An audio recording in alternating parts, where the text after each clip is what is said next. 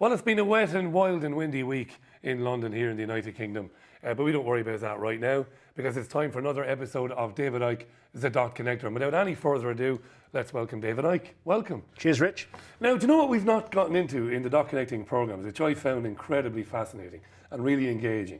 We've not gotten into your latest book. And people think this is a shameless plug. It isn't, because I want to talk about it. This is David Icke, his latest book, and this is The Perception Deception. Now, David, this is nearly 1,000 pages and dozens of chapters. You've said to me that it's the culmination of a life investigating the conspiracy and the elite and where we're all going.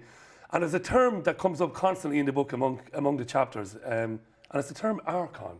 Yeah. What does that mean exactly, Archon? Well, first of all, I think I'm coming up to 62, and that is the best thing I've done in my life. Certainly the most important contribution, I think, to exposing the world as it really is, as opposed to the one that we're told to believe in. And that theme of Archon is fundamental to it, because on one level that's a reference book in the sense that it gives a detailed background of endless subjects, ancient and modern. But it's really a storybook. It's a storybook that has a beginning, a middle, and an end. And the end is where we are now and why we're here, because of what's gone before. And Archon is just a name, one name, that is among endless names given by different cultures all over the world to a parasitic, in its foundation state, a force without form, just energetic awareness, which has been manipulating human affairs for at least thousands of years and probably a lot longer. And the reason I choose the word Archon is simply because it simplifies it. Because one of the points where the penny drops is when you realize that all these different names around the ancient world for gods are actually describing the same force. And it's the different names which throw people out because they think, well, that's one deity, that's a deity, and there's another deity. Actually, they're different names of the same thing. That's a big penny drop, that is. Starts to simplify everything. And the name Archon comes from a group of people, a pre-Christian people, which were called and are still called the Gnostics. Gnostics means learned, and Gnosticism means knowledge. But it was a different kind of knowledge. I mean, we perceive knowledge as going to school and going to college and university. Getting your degree. And learning what they tell you. The Gnostic form of knowledge was to go much deeper into the nature of reality, but also to be able to get out beyond this reality and perceive realities that are simultaneous to this one, just like radio stations share the same space without interfering with each other unless they're close on the dial, which might be significant as we go along. The big breakthrough in terms of Gnostic knowledge came when a sealed jar was discovered at a place called Nag Hammadi in Egypt. It's about 70 odd miles from Luxor on the Nile. And what was fantastic about this find is that you've got religious writings like in the Bible, which are ancient writings put between two covers. But because they've been around and in the public arena for so long, they've had the potential to be changed to fit the authority of the day and what they wanted people to believe.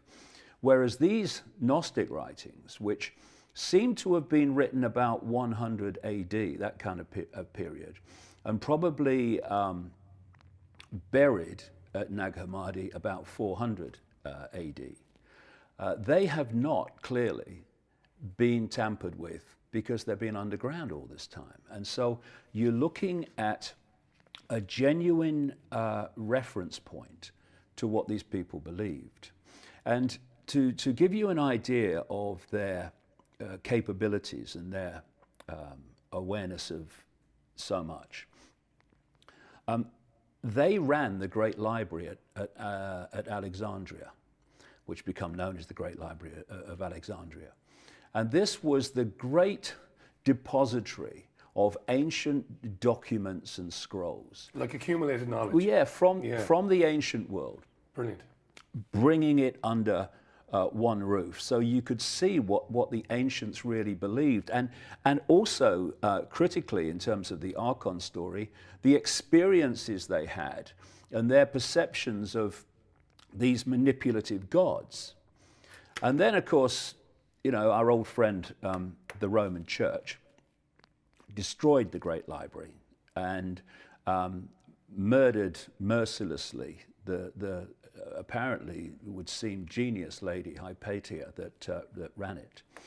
And when you think you're talking about 500,000 scrolls and documents in that library, and they destroyed lots of them, and I have no doubt that the ones that weren't destroyed you would find in the vaults of the Vatican to this very day. Because keeping from us the existence of these archontic entities, this archontic force, is crucial to keeping us under control.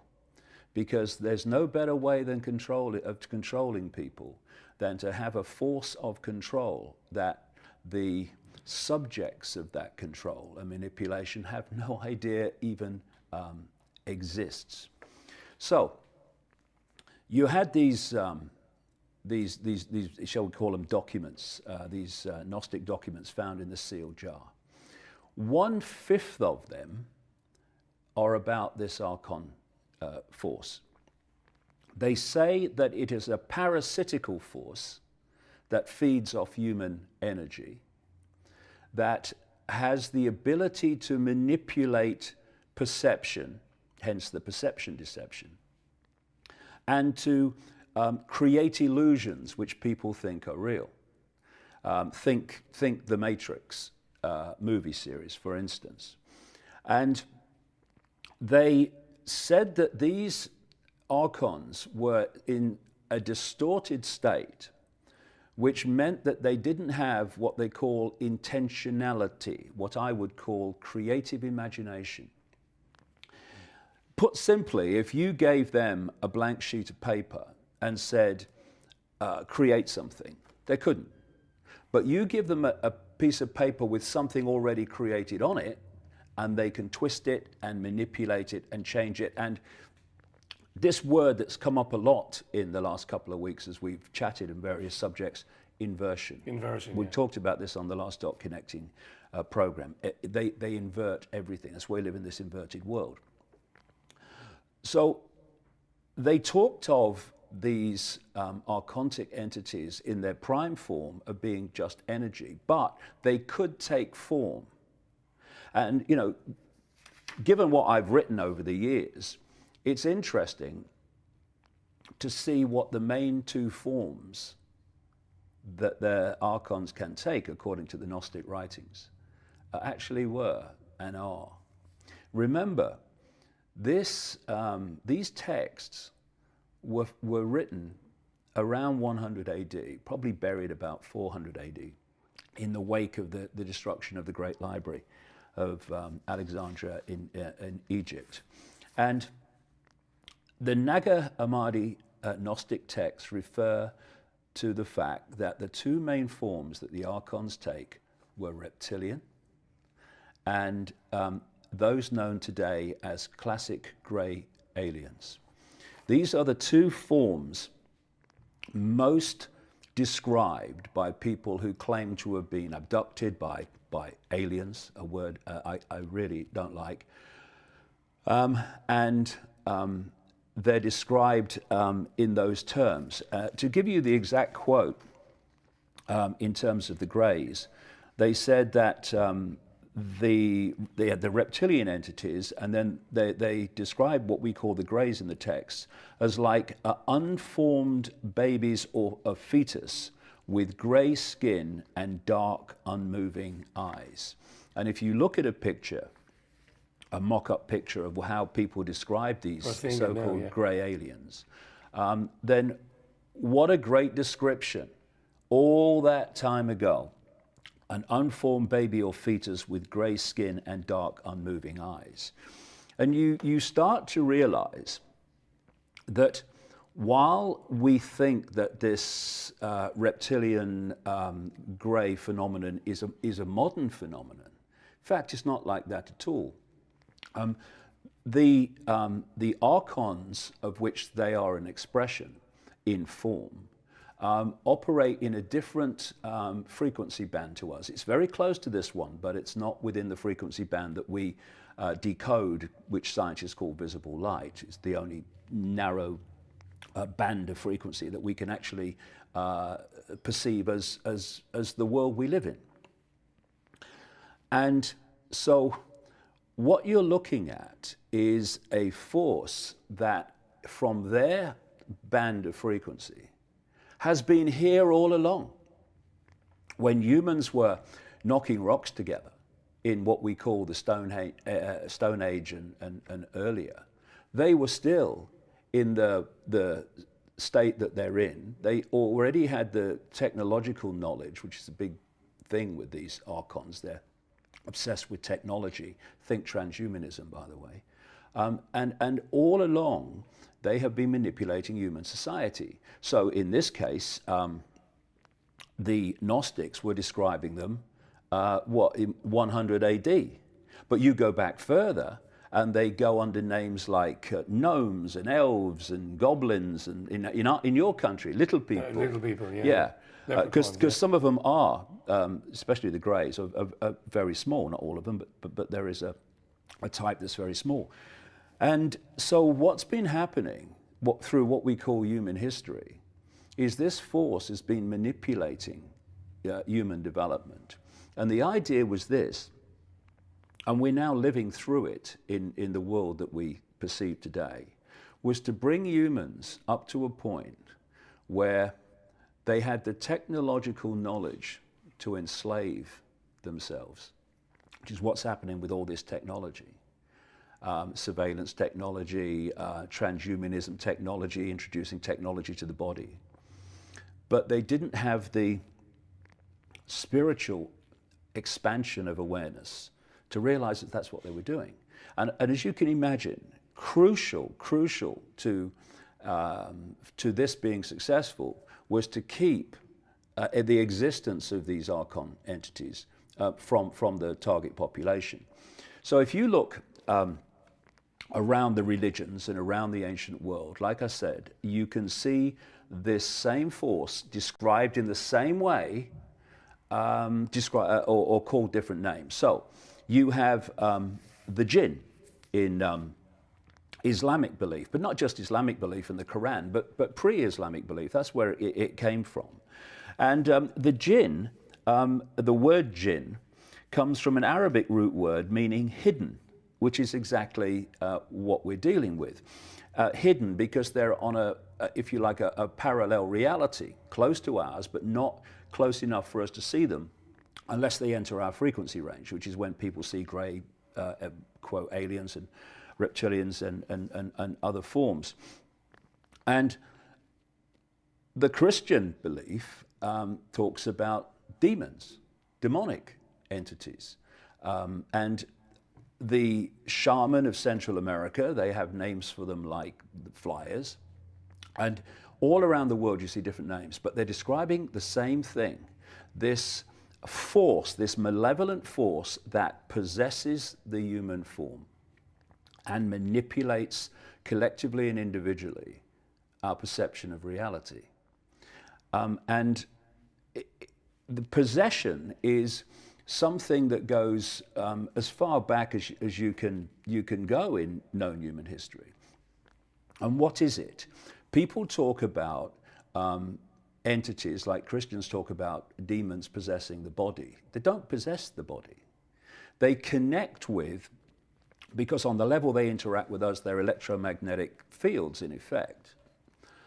They connect with us at our electromagnetic field level, what we call the auric field.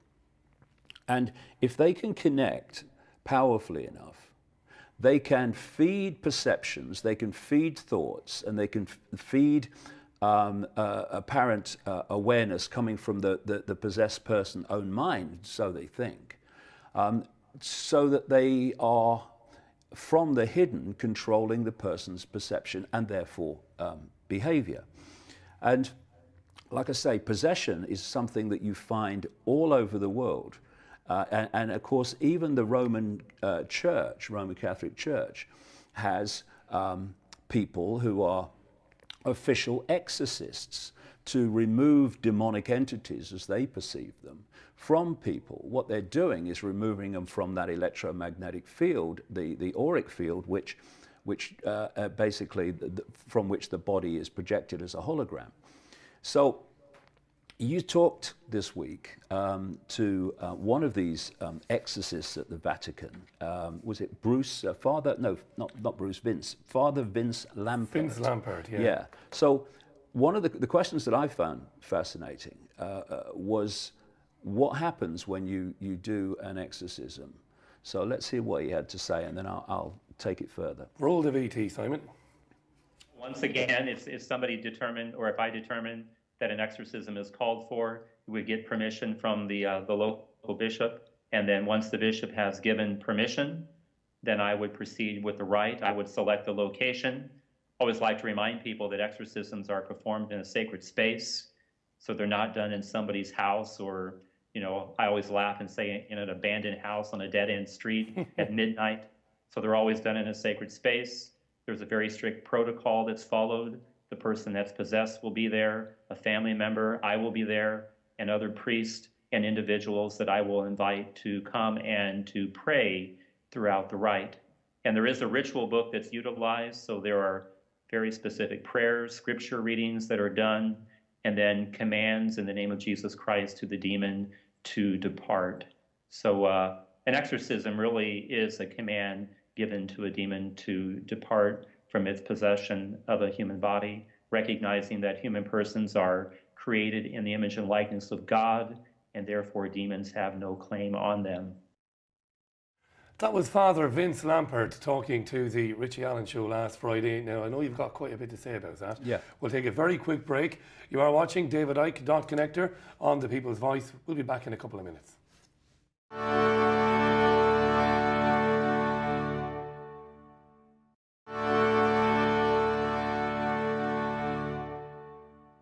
And you're very welcome back to David Icke, Dot Connector. Remember, if you've missed any previous episodes, go to our YouTube channel. It's youtube.com/the TPV channel.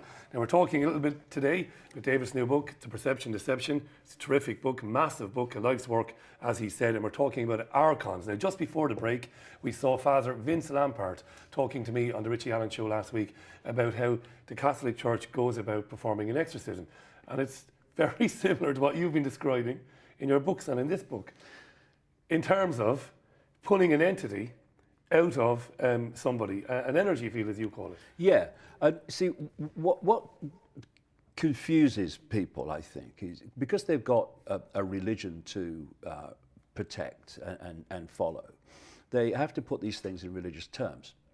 So you do an exorcism and you're a Roman Catholic priest, you call in the name of Jesus, and it was interesting what Vince said about he has people around praying. What is prayer? It's concentrated, focused thought. Concentrated thought and emotional states create different frequencies. Now, these archontic entities are of a very low frequency because of their state of being. Your state of being dictates the frequency. If you're open-hearted and loving and you're genuine, honest, straight, your state of being will generate a certain frequency in your energy field. If, like these archontic entities, you want to control and suppress and create suffering and feed off low vibrational human emotion, so you've got to create the circumstances that generates that, i.e. the world we live in, then you're going to be of a very low frequency, a very low vibrational frequency. And so if you are of that frequency type and you find yourself in a much higher frequency environment, you need to get out of there, because you can't stay there because it's incompatible to you.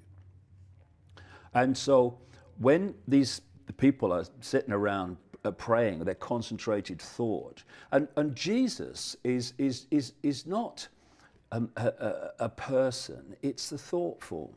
It's a way that people, just ask people, how do you symbolize love? And they'll say, well, a heart, or the sun coming up, or a candlelight, or all these different ways that love. Christians, genuine Christians, who actually try to live the Christian life as they perceive it should be, they perceive love as Jesus. So by the very fact that they're saying in the name of, what they're saying is the name of their version of love. Whatever their version of love is, if they are genuinely trying to invoke it, then they are generating a frequency akin to that. And that is a frequency which these archontic entities, this archontic energy, this archontic frequency cannot stay around in. And I would put it another way, without any mention of Jesus and without any invoking of this, that, the other, without any prayer as they would perceive prayer. Something that happened to me in Peru in 2012. One of the things to emphasize about this archontic force is it's a little boy in short trousers. People are terrified of demons. You have demonic entities. I have control over you.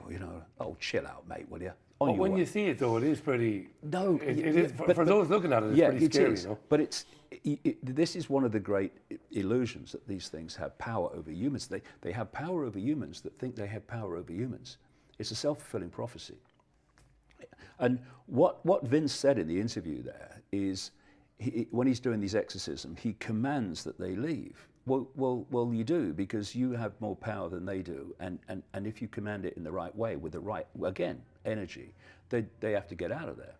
And what happened to me on a trip to Peru in 2012 was, we ended up at this place on this particular day at a time when it was very close to pitch darkness, and by the time it all happened, it was pitch darkness.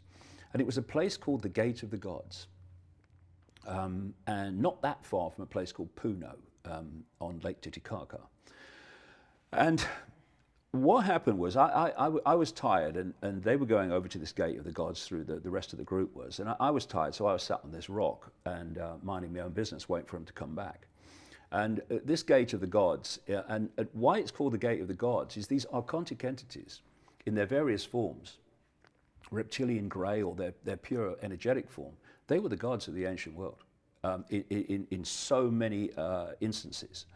They were the gods that they gave sacrifice to. You see, when you realize that these gods are feeding off human low vibrational energy, and one of the lowest vibrations is terror and extreme levels of fear. Well, you can understand then that when people are being sacrificed, they're going through obviously a ritual meant to generate maximum terror. And while the Satanists are in our world doing their stuff, the gods, these entities, are feeding off that very, very extreme frequency of terror, fear, and all that goes with sacrifice. Another thing is that the energy they want more than anything else, these entities, is the energy of children before puberty. Because we see puberty as a time of chemical and hormonal change. That's just an expression of an energetic change going on in the auric field. They want that energy before that change takes place. And this is why throughout history they've talked about sacrificing young virgins to the gods. Young virgins is just code for children. This is where the story of paedophilia comes in. Why is there increasingly clearly such a concentration of paedophiles in the so-called upper echelons of society. It's because they are people who are deeply, deeply possessed by these entities, so deeply possessed that when the sexual act with a child is going on, these possessing entities can draw the life force, this energy, prepubescent energy, from the child and feed off it. This is why it is. I mean, why is it that there is this incredible concentration of paedophiles in the upper echelons of so-called upper echelons of society? This is the reason. So that's not to excuse it, of course. I know you're not excusing no, it. It's very important that we say that, because somebody will say, "Oh, he's excusing it." You're not excusing it. I know that. Not in the least. I've spent the last 25 years exposing it. Yeah, exactly. But I'm just pointing out why it is. Yeah. So what happened in this situation in Peru is I'm sitting on this rock, and there's this Peruvian guide supposed to be, looking after him, but he was sitting there doing his emails on his phone, and suddenly I heard these screams from the Gate of the Gods, which is also known by some there as Devil's Gate. That's interesting enough, isn't it? Yeah. Somebody the Gate of the Gods and the Devil's Gate. Yeah, exactly. Yeah. And just very quickly, what it is, it's a sheer sheet of red rock with various enclaves cut out of it for the ritual to the gods. And talking to some of the locals after this incident, they were saying that if you don't come prepared to this place, you can go mad. Right? This is the legend.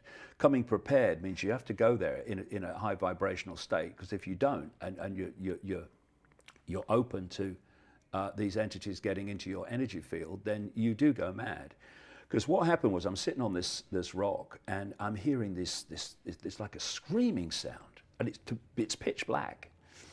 And I said to this guy who's doing his email, I said, "Look, mate, is there any animals here? What's that noise?" And I heard it again and again. And so I got interested. I started walking towards the Gate of the Gods. And by the way, this is all captured in a DVD called Return to Peru. We ran it on the People's Voice over Christmas a few times. And I met an American guy from the group. He says, "Oh, David," he said, "don't go over there." He said, "It's horrible. The energy's horrible, evil." And he said, "Oh, so-and-so," mentioned a name, "he's having a real bad experience," right? So I said, "Well, I'm going then." So I got there, and what had happened is a young fella had gone in one of these enclaves within this Gate of the Gods rock, and as soon as I saw him, because I've seen this so many times all over the world, as soon as I saw him thrashing about and people thinking, "What's going on? Don't know what to do," I thought, something's got in him. It was absolutely obvious to me. So I asked people to get him away from where he was, this next to this rock, and he was thrashing about and shouting, and so what happened was, we got a ring of people around him. This is all in the pitch black, but someone was filming it, it seems, because it's what you see on the video, and I asked people to send heart energy at him, love, just love, just project love at him. The moment we started doing that, the thrashing around stopped, and the guy just lay quietly, not speaking. What's happening now is this entity that's got into him, in our perception, it's an electromagnetic field, has suddenly switched from causing that guy as much grief as possible to surviving, because now it's in this energy field that it can't survive in. And I went into the circle, and I put my hands on the top of his head. Now, if you look at the energy field of the body, you see the hologram, the physical body, but we have an energetic body, in fact, many energetic bodies. And what interpenetrates them all is something that they call in the East chakras, wheels of light. They're vortexes, they're energy vortexes, which interpenetrate the different levels of being. And there's one on the top of the head, there's one on what we perceive as the forehead, which is what we call the third eye, psychic sight. There's one here, which is communication. This is the master vortex, the heart vortex. And then you go into the vortex in the belly, which is about emotion. That's why when people get really stressed and really nervous, they tend to go to the toilet a lot. It's because it's affecting the intestines and that area of the body, because of the emotional point where we feel it. I mean, we say, oh, I just love it. And you go, oh God, I'm so terrified. It feels so bad. And that's what we're doing in a body language.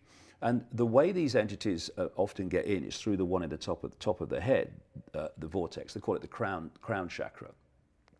And so that's how you get them out. So I put my hands on the top of the guy's head, which is actually just my energy field, electromagnetic field, connecting with his electromagnetic field. Nothing to do with body to body. It's electromagnetic fields, auric field to auric field. And I, in words of one syllable, I mean, if you look at the video, there's a lot of beeps around, you know what I mean? I told this entity it was on its way. And as I did so, I felt so tangibly, incredibly tangibly, a big, strong, pins and needles in my hands. I'd connected with an electromagnetic field. And it got more and more powerful, and then I felt it go through me and out the top of my head. And not out, literally out the top of my head, through my crown vortex and out. And people, you know, there will testify to this, and I think you can see it on the film, certainly in the long version of it. The moment that happened, this fella became exactly himself again, as he had not been since it started. So if you look at what I've just said, and then you look at listen to what Vince said. Yeah. What Vince said, he's talking about it in Christian terms because he has to, because he's got a belief system.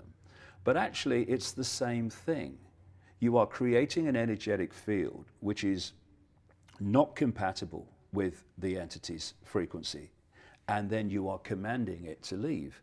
And this process has been described all over the world in culture after culture. Now,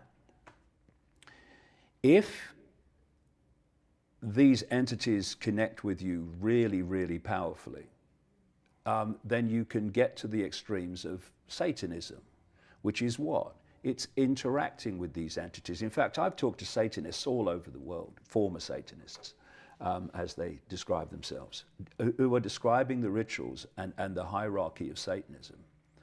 And what they say is that the rituals are designed, I'll come to another reason for them in a second, but the rituals are designed so that the Satanists opens themselves consciously and on purpose to let these entities take them over.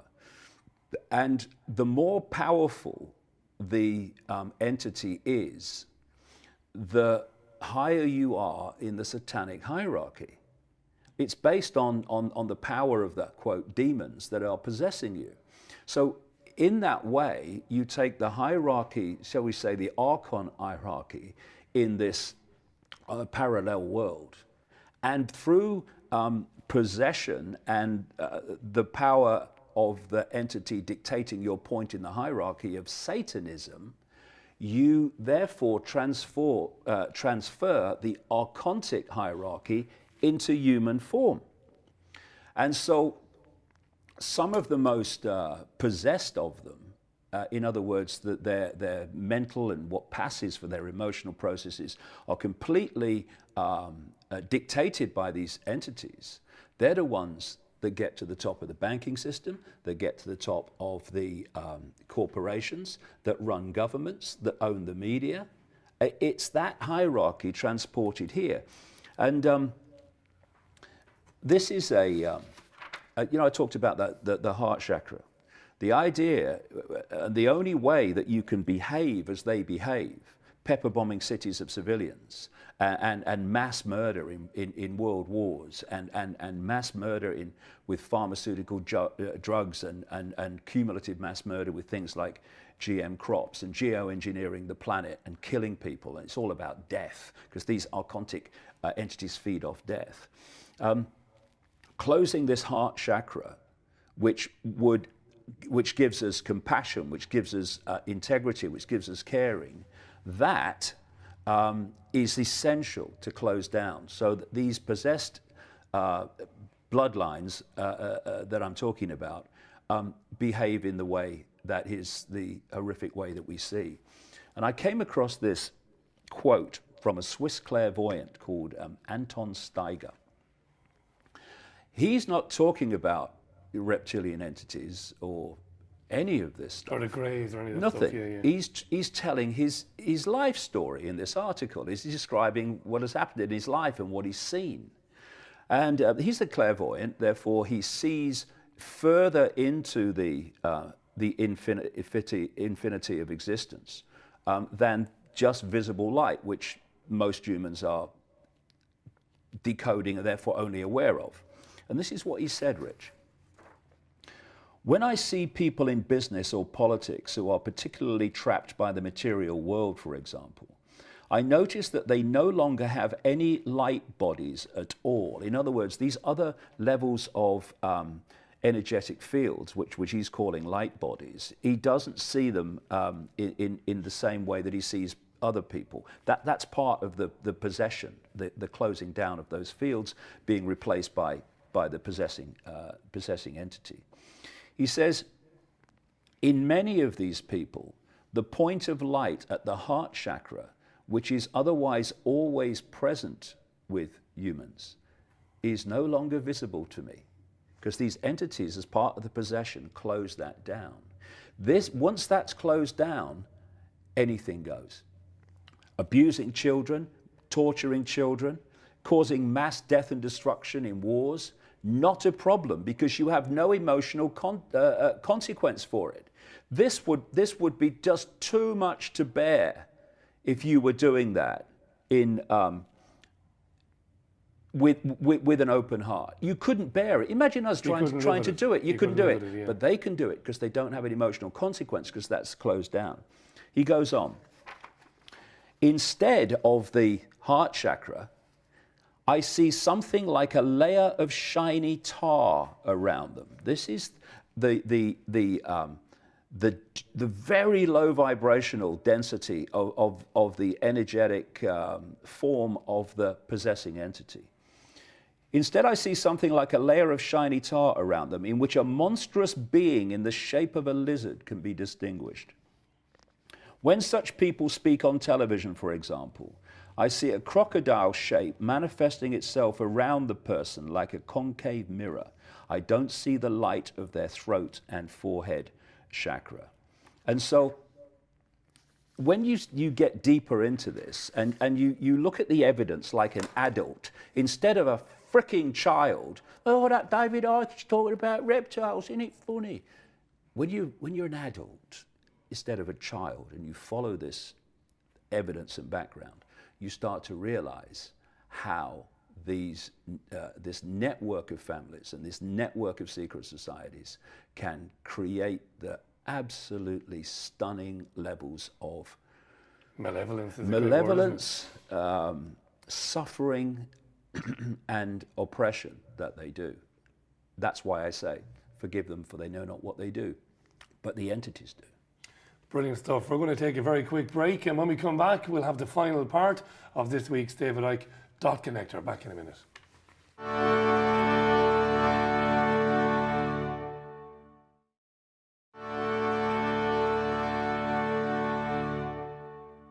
And welcome back to the final part of this week's David Icke Dot Connector. If you've just coming in on the program and you've missed some of it, remember everything is put up on our YouTube channel. That is youtube.com/the TPV channel. And of course, you can find episodes on davidicke.com. We've been talking about archons and how some of the elite can do some of the horrible things they do and not feel the consequences of it, or not feel bad about it, or feel guilty about it. It's fascinating stuff this week. Well, I mentioned just there about how these bloodlines, which have been specifically bred as hybrids, so that there is an energetic hybrid field, part human, which is what we see when we decode with invisible light, and then part non-human, archon in its various forms. Because they have this hybrid nature, there is a much closer energetic frequency compatibility between the person who is a member of these hybrid bloodlines and the possessing entities.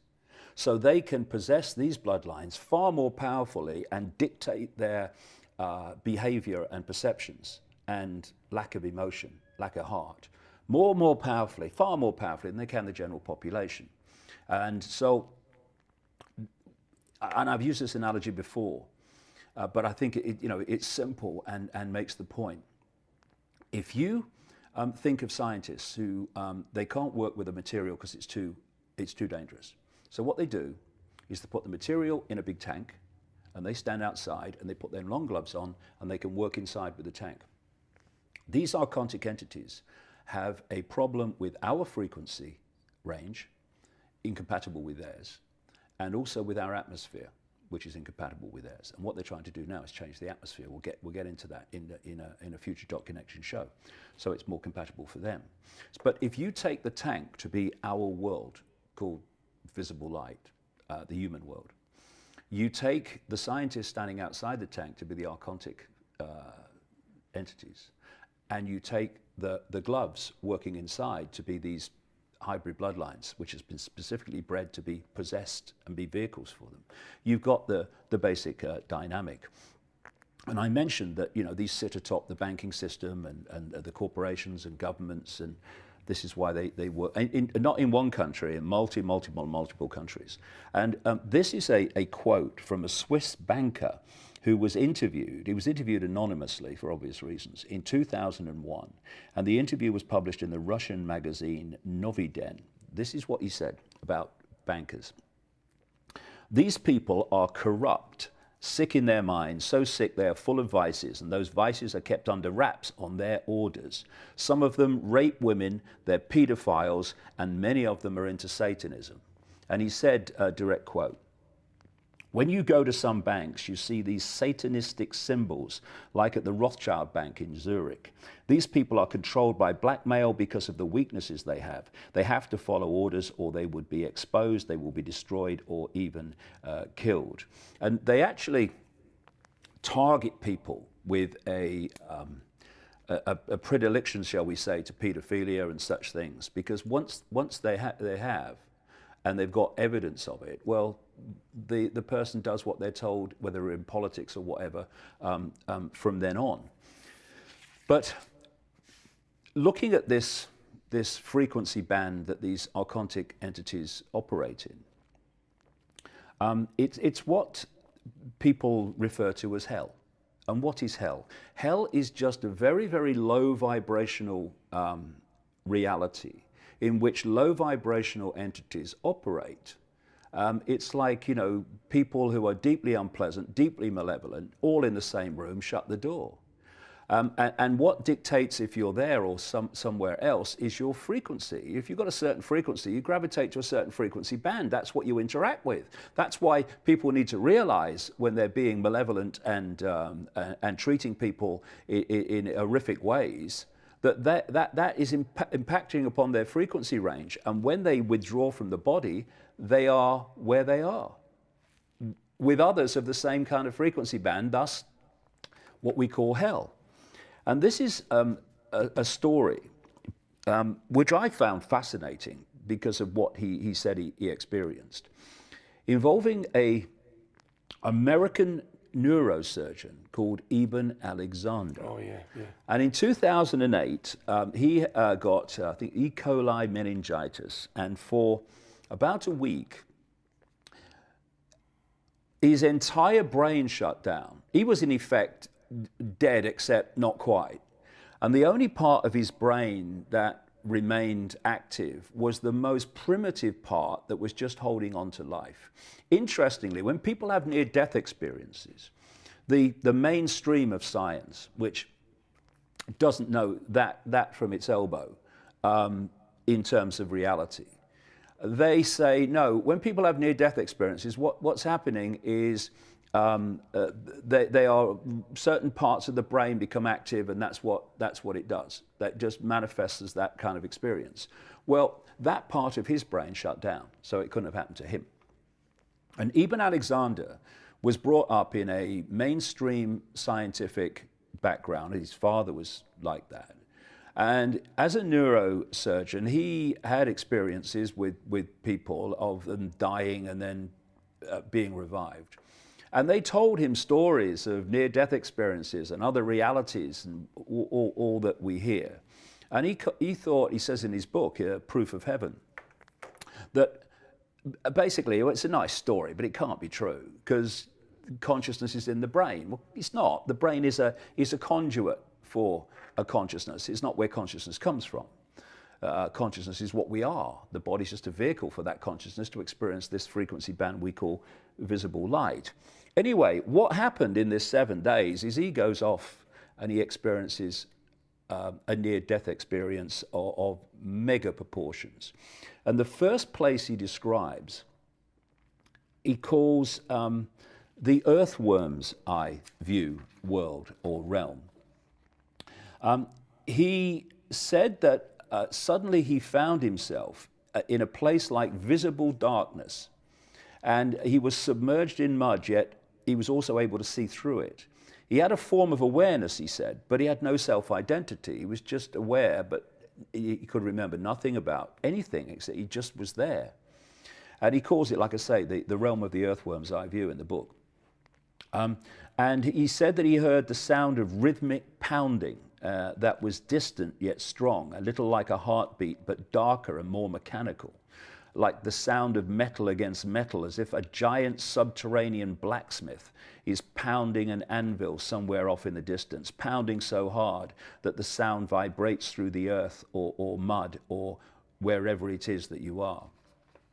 He said, quote, "I wasn't human while I was in this place. I wasn't even animal. I was something below all that. I was simply a lone point of awareness in a timeless red-brown sea." And then he describes how gradually he started to form a greater self-awareness. And as he did, he started to find this place, which he didn't before, quite a scary place, as he describes it. And he describes how reptilian, worm-like creatures crowded past him and sometimes rubbed against him with their, quote, smooth and spiky skins. Faces bubbled up and out of the darkness and became ugly and threatening. The pounding intensified and became like, quote, the work beat or some army of troll-like underground workers. He became aware of a smell, quote, a little like faces, a little like blood, and a little like vomit, a biological smell, in other words, but of biological death, not biological life. And this is the realm of the archontic force manipulating human reality, I would most strongly suggest. And what have I been saying in our chats and in my books all these years? These entities feed off death. Anything that's dying in a state of death or destruction, they feed off that energy. This is why they take the energy from human sacrifice. This is why you find so many satanic rituals take place in places like churchyards, graveyards, death. This is why they're destroying the planet. People say, why would they kill their own planet? They have to live on it. Well, they don't have the ability to manifest here, at least for very long, because this planet is, up to this point, still a planet of life. They feed off death. This is why they're killing the planet. This is why they're killing the ecosystem. This is why they're killing the atmosphere, to make it a place of death which is compatible with them. And he talks about Ibn Alexander, about how he heard dull roars that changed into dim rhythmic chants, chants that were both terrifying and weirdly familiar. What I have learned from Satanists and other sources is that when the Satanists are doing their rituals in our reality, the archontic entities in their reality, which in some ways were described there by Ibn Alexander, are doing a ritual that is compatible with the one the Satanists are doing in our world. And this dual ritual creates almost an energetic gateway. Because the rituals are generating the same frequency field, it creates a compatibility between the two during the ritual, which allows these entities to come through into our reality, which is how Satanists all over the world have described to me in amazing common themes, how they have seen entities manifest, reptilian and other entities manifest in front of them in the satanic rituals in our reality. So this is the background.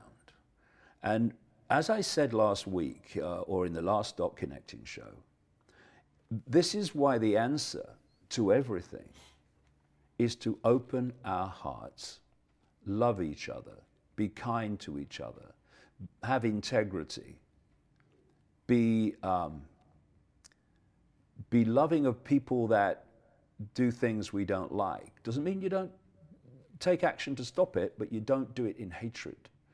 Because that process of opening the heart lifts your frequency beyond anything that these entities can connect with, because they're such a low vibrational frequency.